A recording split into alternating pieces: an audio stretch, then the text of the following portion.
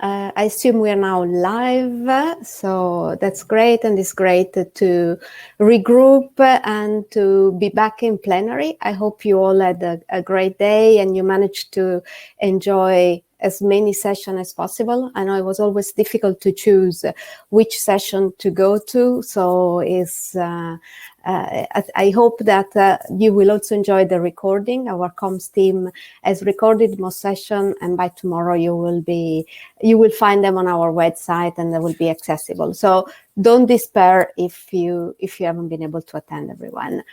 It's been a rich day, full of insight, and I personally managed to attend 3 or 4 sessions, and I also had the chance to talk with my colleagues. I think I want to kind of wrap up this today with a couple of key takeaways that are my personal takeaway, but I also hope to hear your reaction on social media over the next few days. For me, it was very interesting to start the morning and from the mobilizing resources track, and here the importance, once again, the importance of keeping a bird's eye view on the landscape and on the ecosystem.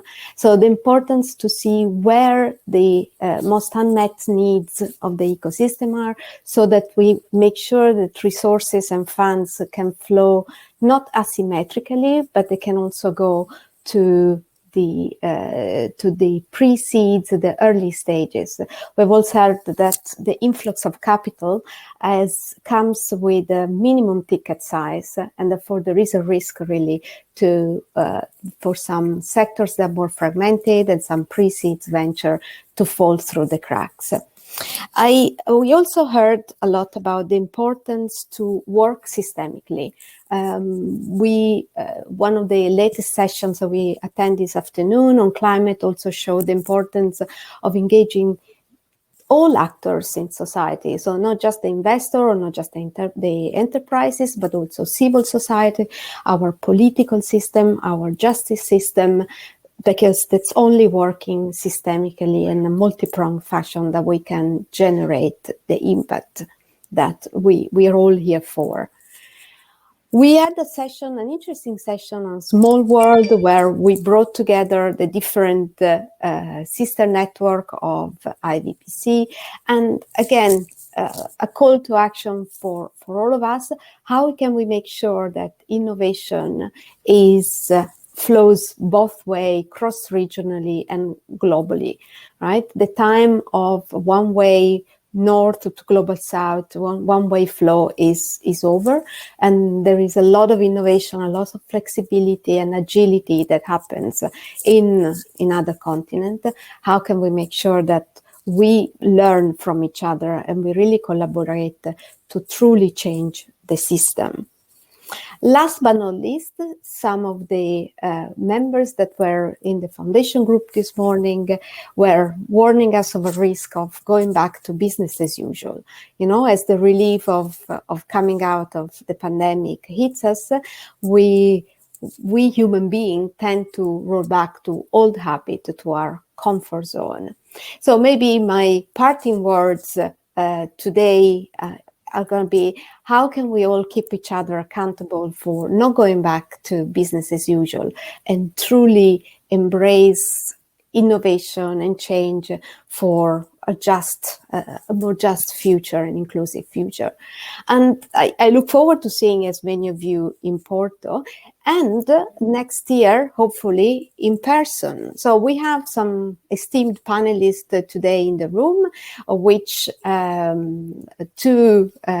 Stephen, that doesn't need any introduction, for a drum roll, and as per tradition, an announcement of next year location. So as a chair of the board, you need no introduction, and please go ahead. Thank you, Roberta. It was not on purpose to make it more exciting to announce where we're going to go next year. I remember when we announced Porto about 2 years ago or 3 years ago, I told the people to bring their bathing suits and they could have a nice swim in the sea. I have to disappoint you. This is probably going to be the least of your luggage you're going to need next year. But let me focus a bit on the positive sides of this host country next year, what it will bring in, what you can find. Probably the best chocolate in the world.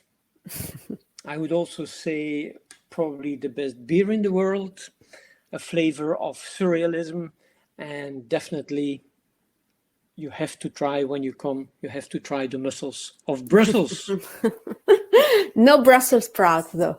No Brussels sprouts, but the mussels from Brussels. So yes, Brussels is going to be the place to be next year around this time, where we will have our annual conference 2022. Great. And Stephen, maybe now it's time to say a little bit more about how we are envisaging the impact. I mean, we have a new format in mind, right? With the concept of Impact Week. Do you want to tell us more? Because in this case, you are also representative of the Belgian impact community. So. Yeah. What we are envisaging, we're still in full design with the whole EVPA team and our different supporters.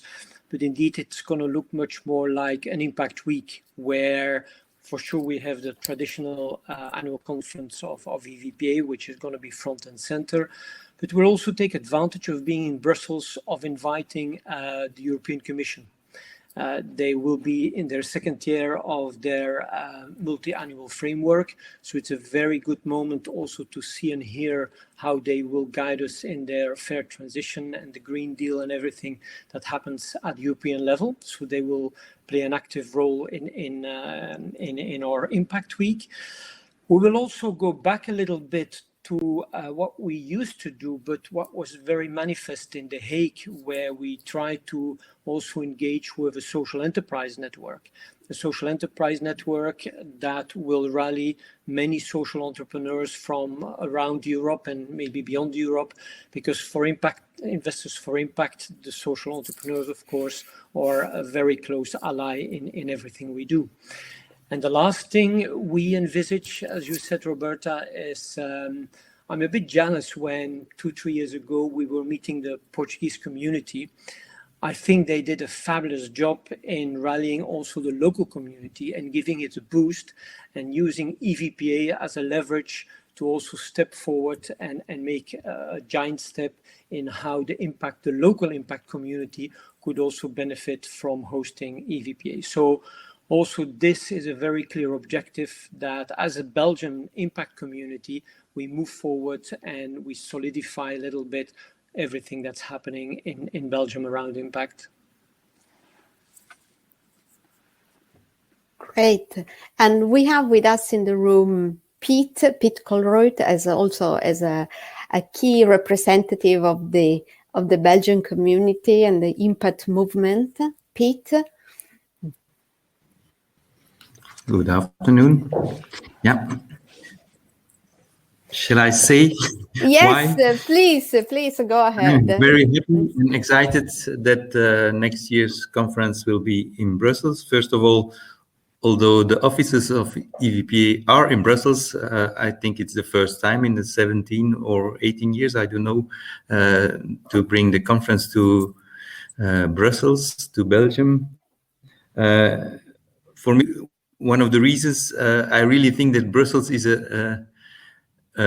for some it's a hellhole. For others, it's really a nice laboratorium where you can see that all big challenges of many cities come together. So there is the traffic jams, there is the poverty, there is the loneliness. There is so it's an ideal place for investors to discover and to meet or to try to solve these challenges. For me, so Brussels is a bit a little Belgium and maybe even a mini Europe, or a small world in itself. It's one of the most diverse cities in the world. So for me, bringing the conference to them is also, of course, opportunity for the Belgian impact community, as Stephen said. For this community, to show a bit the many nice solutions that we already are experimenting, pioneering with, but also to learn a lot of others, other cities and other conferences, other solutions in other cities. So for me, it's not the end point conference to Brussels, but it should be also a starting point for the Belgian impact community to be more ambitious and to really learn from other countries, and so really be more ambitious to solve big societal issues, because it's needed also. So it's needed in Brussels, it's needed in Belgium, it's needed in Europe, needed in the world. So I'm happy to host next year's conference in Brussels. Thank you, Pete. Very, very right words. I think sometimes the big inequality that we discuss are really around the corner from all of us, and I think Brussels is a good microcosm of the world. In the meantime, we have another guest that's popped up. That is Frank van der Boren from AGEAS, another core sponsor for next year. Well done. So, but perfect timing. So, Frank, Steven, please. Yeah, Frank, we're super happy that you're also one of the supporters and key stakeholders of our next year's conference in Brussels. And we just gave an introduction why Brussels. But in talking to you, you've been working very hard in your own company, which is AGEAS, to put sustainability on the agenda, on the map.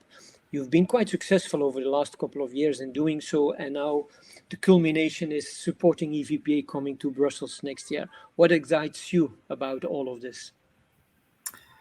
Steven, I think it's perfect timing to be able to host this conference, and then on top of that in Brussels, country where we have our headquarters. Of course, AGEAS, I think, is not unknown to the EVPA community, because a bit maybe by coincidence, the conference is in Portugal this year, and we are also a very important player in Portugal, and in that context also supporting the conference.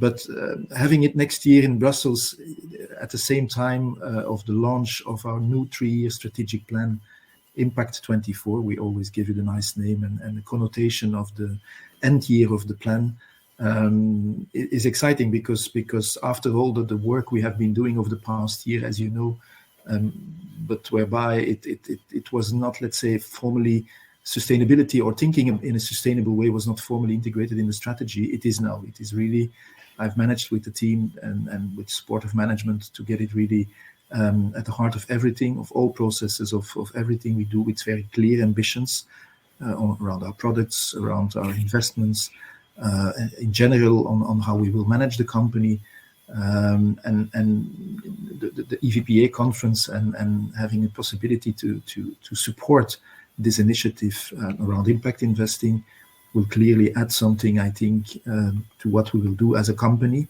And so there, I think there is really a match between both parties next year to see how we can leverage on each other to come to use a cliche word, to make the world better, to support good initiatives which can be beneficiary for both of us. Thank you so much, Frank, for being there. And most of you know that insurance companies also have massive assets under management, same for AGEAS. So if we together can move them a little bit into the direction of impact, that already would be an achievement in and by itself. So thanks, Frank. And another person here that popped up, Stefan, very welcome as well. Of course, you're one of the main players in the Belgian society, but also in Europe, and also gradually more even beyond Europe. Stefan, you told me, we had lunch a couple of weeks ago, and you told me you came to Belgium about 15 years ago, if I remember well, something like that. Indeed, yes. And most people come to Brussels for 3-4 years, leave again, but you got stuck in Brussels. So there must be something that excites you. I'm not asking about your private life. I'm asking you about, of course, the impact community. So what excites you to have this conference, support this conference as director of KBF Foundation in Belgium? Well, thanks a lot for having me, Stephen. Well, indeed, I live for 15 years in Brussels. It is not only about the impact society community, obviously, that I'm still living in Brussels and not somewhere else.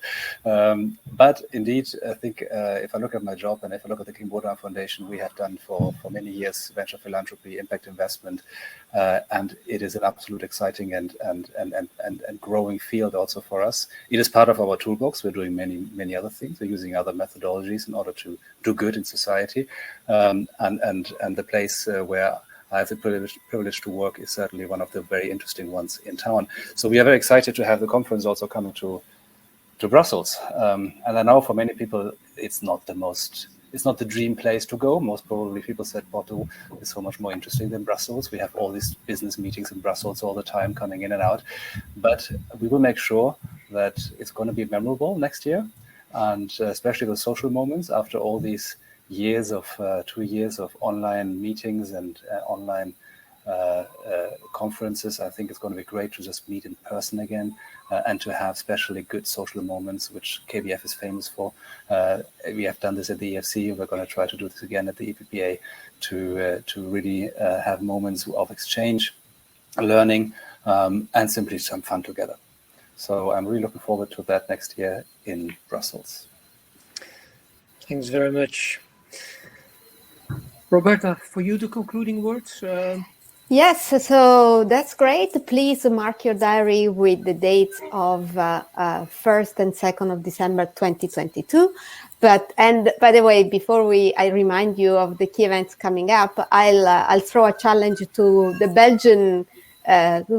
Belgian community on this call to make sure that the participant discover that hidden side of Brussels that not many people know. So we will make sure that the program gives you also a flavor for the city and the Belgian culture that is very rich and is not probably shiny on the surface, but is more to be discovered. So Stephen, Pete, Frank and Stefan as an adopted Bruxellois, that's the challenge, right? To do a program that will show that side.